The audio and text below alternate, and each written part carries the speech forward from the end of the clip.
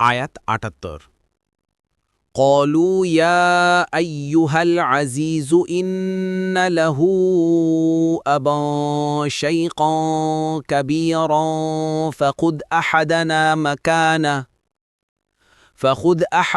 مكانه إنا نراك من المحسنين অনুবাদ তারা বলল, হে আজিজ, এর পিতা তো অত্যন্ত বৃদ্ধ, কাজেই এর জায়গায় আপনি আমাদের একজনকে রাখুন।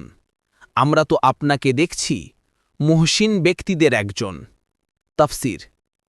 ইউসুফ ভ্রাতেরা যখন দেখল যে কোনো চেষ্টাই সফল হচ্ছে না এবং বিনিয়ামিনকে এখানে ছেড়ে যাওয়া ব্যতীত গত্যন্তর নেই, তখন তারা প্রার্থনা জানাল যে এর পিতা নিরতিশয় বয়োবৃদ্ধ ও দুর্বল, এর বিচ্ছেদের যাতনা সহ্য করা তার পক্ষে সম্ভবপর নয়।